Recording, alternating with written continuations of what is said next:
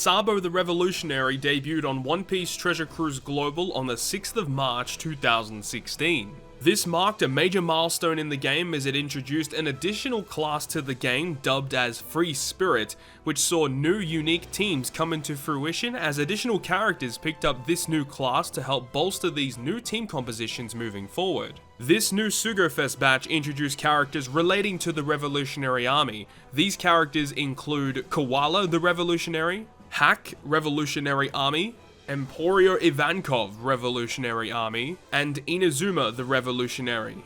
And also brought along the flagship character of the Free Spirit class, bearing a captain effect that provided an HP and a recovery boost, along with a solid attack multiplier that scaled with your remaining HP. Furthermore, this character had a powerful special ability that would grant an attack boost to the Free Spirit class for multiple turns that could be carried through multiple stages.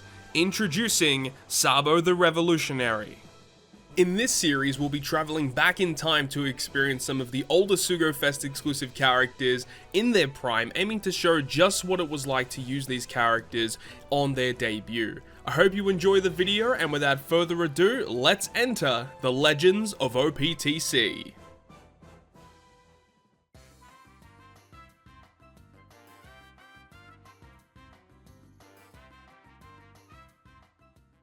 And we're back with another episode of the Legends of OPTC. Once again, I have to continuously thank you guys for the support, especially my patrons. Thank you very much for supporting, so you guys can get access to this series 24 hours earlier before the rest of the world. So very much thanks to the patrons, of course. So we have a very cool character to talk about today with the Sabo the Revolutionary character. He's really cool. We'll get to him in a moment, but let's talk about the other rare recruit characters in this batch that debuted alongside him. Interestingly enough, like, this entire batch isn't even Free Spirit, which I think is definitely a bit of a missed opportunity. But here we have with Inazuma, who is still a character that still sees play today, still a very solid unit. Inazuma is a slasher character, eventually gained the Cerebral class a little bit later, a quick unit, and the captain effect was just bad. No one used him for his captain effect, but the special ability was pretty good, because on a 14-turn cooldown, you could reduce any damage that exceeded 5,000 by 97% for 3 turns. Very cool effect, and, you know, as I said, still gets used today in very difficult content, or if you're trying to use a Stally team or a zombie team, having effect to just reduce any damage by such a significant portion is very useful still. On release, Inazuma wasn't really used too much, and I mean, to be honest, he doesn't really see much use these days either, but for very niche situations, Inazuma is a very nice rare recruit to have. However, this one is definitely one that a lot of people are well in tuned with, which is Emporio Ivankov, one of the best rare recruits that have ever been released. This character, Int, Free Spirit Fighter, great class combination, and then the captain ability was a Free Spirit 2.5 attack boost, so even if you didn't have Sabo but you still pulled Ivankov, you could still build a pretty good Free Spirit team with this guy. Obviously Sabo is more ideal because of his special ability, but with Ivankov you have this effect, removes poison duration completely, and it reduces damage received by 50% for 2 turns, but then it also recovers 13 times this character's recovery for 2 turns. So 2 turns of damage reduction, 2 turns of healing, and also removing poison. This character was used a lot back in the day, doesn't really see that much play these days, but obviously this character gained the really powerful support effect later on, which definitely still sees play today. So this is one of the best older rare recruits that we've seen in the game, still a very solid unit till today. The next rare recruit is Hack, and unfortunately Hack is not that great. He's a strength fighter powerhouse. Powerhouse is going to be a class we'll be covering later on. His captain ability was -3 cooldowns at the start of the fight and a 2 times attack to fighters, which is cool. You know, -3 cooldowns kind of nice, but 2 times attack is pretty bad. And then a special ability that did a 20% health cut and gave himself a matching slot. Like, that's not that useful. If he changed adjacent slots to strength, this character probably would have seen a little bit more play, but unfortunately not really that great. Even on fighter teams or powerhouse teams or even strength teams, this character just was never really used that much. And then the final rare recruit of this batch, before we talk about the legend, is Koala. Now, Koala's actually pretty good. A Dex fighter Free Spirit, and this is probably a character we're going to be using a little bit later on once Jinbei comes out. So Koala, her captain ability was a 2.25 times attack boost to fighters, but also gave him a 1.5 times recovery boost. A lot of people underrate this small recovery boost, Any recovery slot you heal from just heals back so much more than what you would normally think. But then again, you know, 2.25 times attack is pretty bad. And then the special ability, which would go down to an 11-turn cooldown, would be a 1.75 times attack boost to your fighter characters. Very good special ability at the time. I don't think there were any other specials that rivaled this in terms of boosting your fighter character's attack. So very nice character for those fighter teams. Was a free spirit unit. Would have been nice if this was also like a free spirit and a fighter attack boost, but back in 2016 there weren't really too many characters that were attack boosters for multiple classes or multiple colors. It just wasn't a thing yet. So you know, at the time Koala was still a very good rare recruit, though synergy with Sabo wasn't really the best. And then speaking of the man himself, here we have Sabo the Revolutionary, which is definitely one of the most underrated artworks in Treasure Cruise history. Such a sick looking artwork. Now this character was interesting because he officially released as only a free spirit unit. He didn't even have a secondary class. However, what happened was when Sengoku got updated to boost his own attack with his captain effect, this character was also updated to just give him the striker class as well, which definitely made him a little bit more usable with characters like Raid Aokiji, who definitely became a little bit better because Raid Aokiji was a 1.75 attack booster to strikers for 2 turns, and he also allowed you to ore block. So that was a really nice character that had some synergy with Sabo. But let's have a look at his captain ability. Obviously, we're not going to look at his Limit Break expanded captain effect, but on release, his captain effect would boost the HP and recovery of all characters by 1.2 times, which is good. You know, small HP boost, small recovery boost, actually great. If you get a recovery slot, you're healing back for a pretty nice amount. And then it would boost the attack of your free spirit characters proportional to your crew's current health. If you're at max HP, you get a 2.75 times attack boost. If you were not at max HP, if you're at 1 HP, for example, it would be a 2 times attack boost. So it's a scaling factor between 2 and 2.75, which is essentially the exact same sort of multiplier that what Strongworld Shanks was back when he released. So it is a little bit unfortunate that they decided to go with the scaling captain effect with his attack multiplier because it's not as ideal, of course. But still, on release, if you wanted to run a free spirit team, you pretty much had to have Sabo in some fashion because of his amazing special ability, boosting the attack of your free spirit characters by 1.5 for 1 turn. And if you hit 6 perfects, it would boost the attack of your free spirit characters by 2 times in the following turn. So this was such a cool effect, though getting that 6 perfects hit was pretty difficult to do, but if you did get it to activate, being able to get access to a 2 times attack boost was absolutely phenomenal. But of course, was very difficult to do. 14 turn cooldown was about the maximum at the time that was, you know, kind of relevant. You know, it didn't really mean that you had to stall that much. I mean, a lot of other legends that we talked about previously, you know, their max cooldowns would go to like 17, 18, 19. This character being on a 14 turn cooldown for a multi-turn attack boost was very, very good, but obviously skill books wouldn't release until a long time after release, of course. But still, Sabo, you know, as we said, if you wanted to run a free spirit team, you had to have this guy. He was the only character in the game at the time that was a free spirit attack boosting special ability. I think there were a couple of like Fortnite units that would come out around the same time period that would also help out a little bit. I think Kalgara, the Fortnite Kalgara, was like a 1.3 attack booster. I know there's a Colosseum Wiper, I think, that released that was a 1.5 attack booster to free spirit. But of course, this was the best free spirit attack booster for quite a while until, you know, more characters release a little bit later on. But now that we've done that, let's go ahead and find out what type of content we're going to be playing today. Alright, so today we have 3 different pieces of content that we could potentially challenge. We've got Clash Doflamingo once again. We always have it on the wheel, but we never seem to land on it, so maybe today we'll be able to do it. However, I think Clash Doflamingo is going to be very, very difficult with Sabo, so I'm kind of hoping when we don't get that and we save it for another character. You know, next week is going to be crazy, by the way. We've also got Clash Blackbeard, because this is another Clash that we haven't had yet in the series, so if we get it, it would be cool. And then also Colosseum versus Ace. Unfortunately, Global doesn't get access to a lot of Colosseums in our recollection archive. However, looking back at it, I feel like Colosseum Ace would be a relatively good fit for Sabo because you predominantly want to be running sign-ins characters for that fight, and I think we should be able to build a team that should be able to take that on. So I'm really excited to see what we're going to be challenging today. Let's go ahead and spin the wheel and see what we go ahead and land on.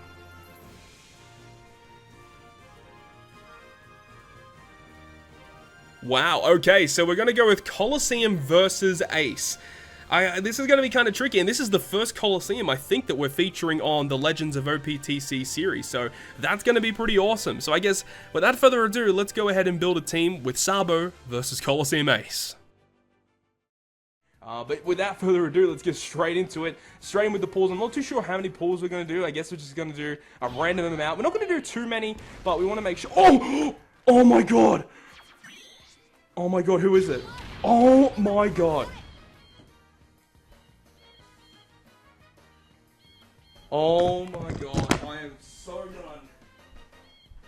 Oh my god.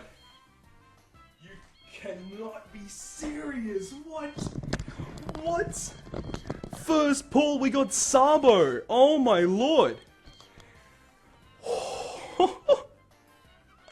What the heck? First pull, we get a red poster and we get our hands on Sabo the Revolutionary. Here we are in-game now with version 1 Sabo, Chief of Staff of the Revolutionary Army, the son of Goa Kingdom nobility. The shame he felt for his nation and its nobility drove him to set out to sea, but a celestial dragon quickly destroyed his ship. Dragon the Revolutionary saved his life, and he wound out joining his forces. So here we are with Sabo today. We have him with max sockets, we have him with max candy at the time, and also max skill. Now, we are using the matching orbs ability, because matching orbs is kind of important, because back when he first released, there was like no good characters for Free Spirit that would give you good orb changing.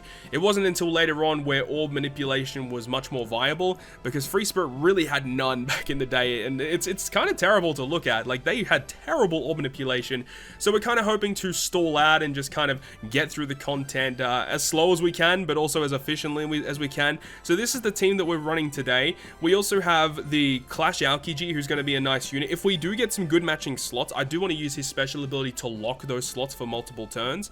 Ivankov's going to make an appearance because he's such a good character for healing and also for the damage reduction effect.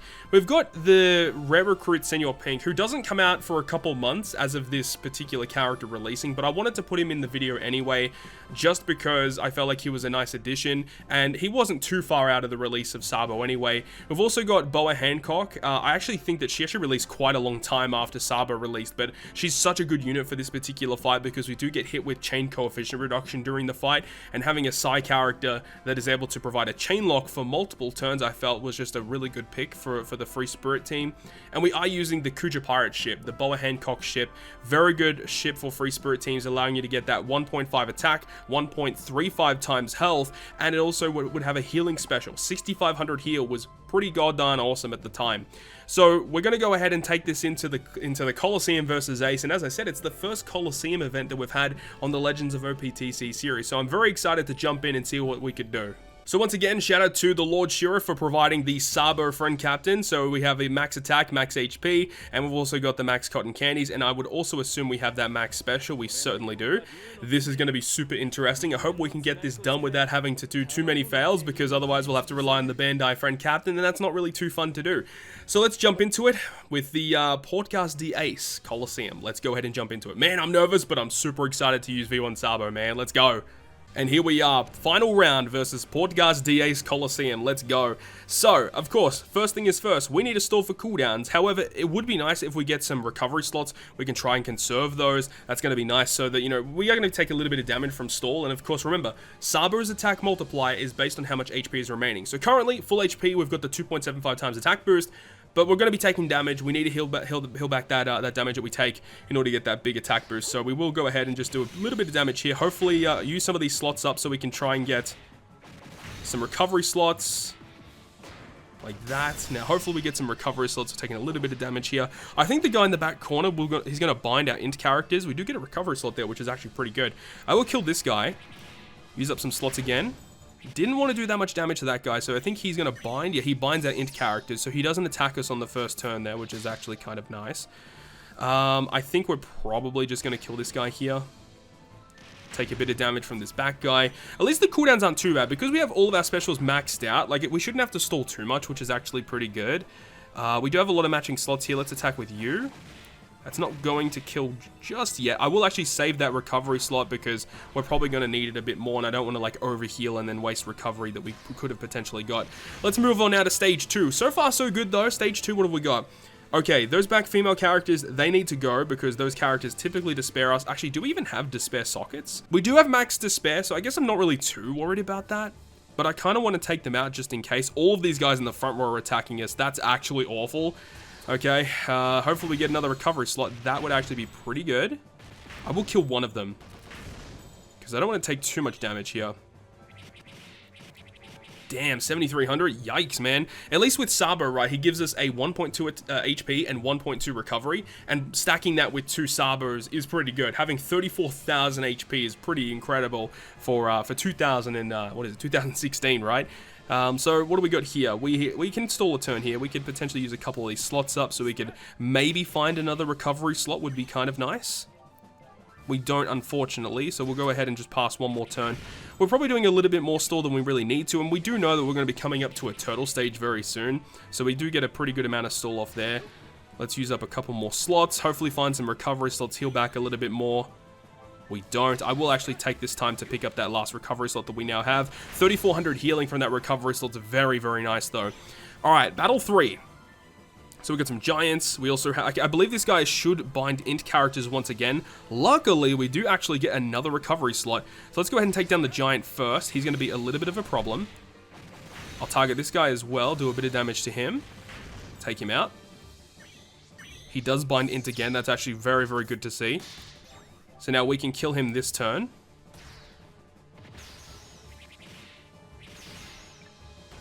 That's fine, and then we'll kill the giant on this next turn here. We do know this other guy in the corner is going to bind our characters once again, so we can take that to our advantage. Kill off this guy. He didn't die, so we'll have to use that matching slot there, which is a little bit of a pain, but not too bad. He's going to bind int again. We're actually looking pretty good. We should be able to enter the final stage with nearly, like, max HP, which is pretty good. We want to kill this guy now. Boom, and now we've just got the turtle left. Like, things are going really well. We're stalling efficiently. We have all of our specials ready to go. So at this point, we basically want to move on with as many matching slots as possible so we can do as much damage on turn 1. So let's just pass with Sabo. Remember, the stage 4 character coming up is going to be Vista. Vista is an int character, so we want to have those size slots. Let's take this recovery slot here. We do have the ship special ready as well, so if we do need to heal, we have access to that. We're going to be at full HP. So now let's move on to Stage 4. This is where stuff gets real, bro. Now, back in the day, Colosseums weren't just cleared in like 2 minutes flat. You had to do them quite, you know, slow. It would take a while to clear these Colosseum fights, and that's exactly what we got going on here. So Vista's here. He doesn't really do too much. I'm not that worried about him right now. So I think we're going to use a Sabo special just to see how much damage we can do on turn 1. So let's go ahead and use a Sabo special. Let's have a look at this animation, dude. This 2016 animation, bro. Now, remember with Sabo, we need to hit all 6 perfects in order to get the attack boost in the following turn. We hopefully want to do that. Alright, let's focus up and get it done. Let's go. Here we go.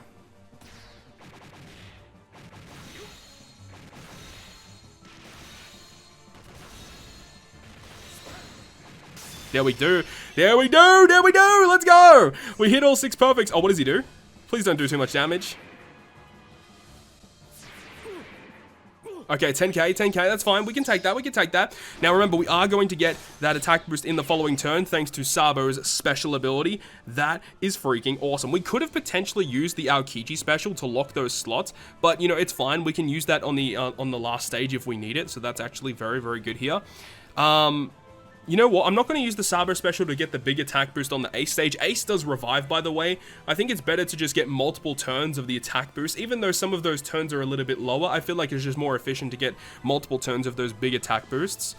We could use the Ivankov special to heal. I think we are going to kill in this turn no matter what, so I'm not really too worried. We shouldn't need to use the orb boost yet. I think we can just do normal attacks and just kill him off right here. Let's go.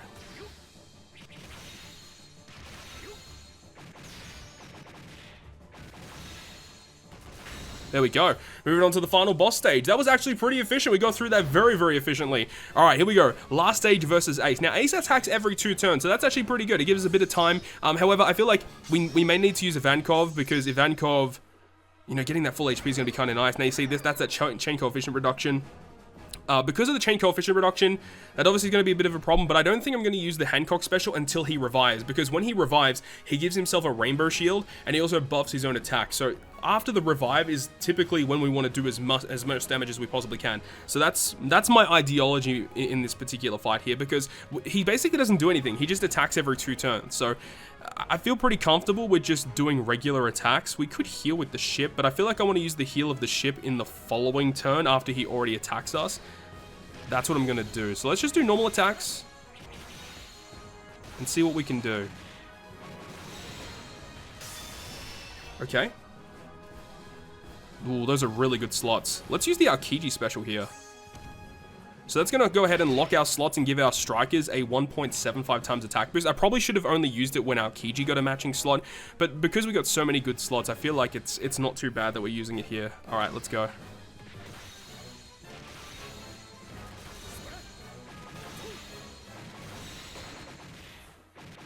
Pretty good. Ace is going to do a bit of damage to us here. So I'm going to use the ship special now, which is the 6500 heal. Very, very nice. And we'll just do regular attacks once again.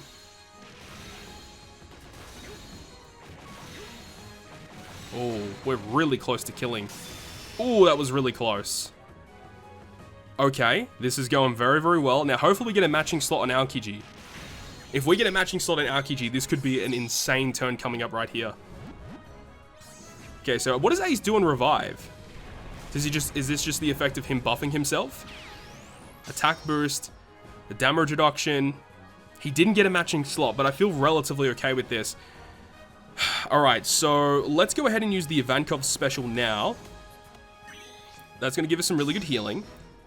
And we're going to use the Sabo special, which gives us a 1.5 attack boost turn 1, 2 times in the following turn.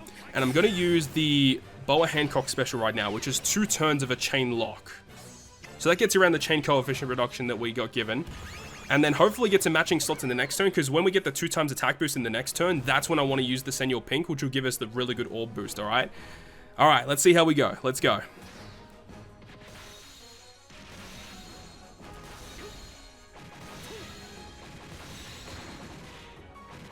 Oh yeah, GG. It's over. It is absolutely over. We didn't even get that many good matching slots, but it doesn't matter. We got the Senor Pink special, so he's going to get a little bit of a boost there, but we have the 2 times attack boost now. I feel pretty comfortable with this. Let's go. Here we go.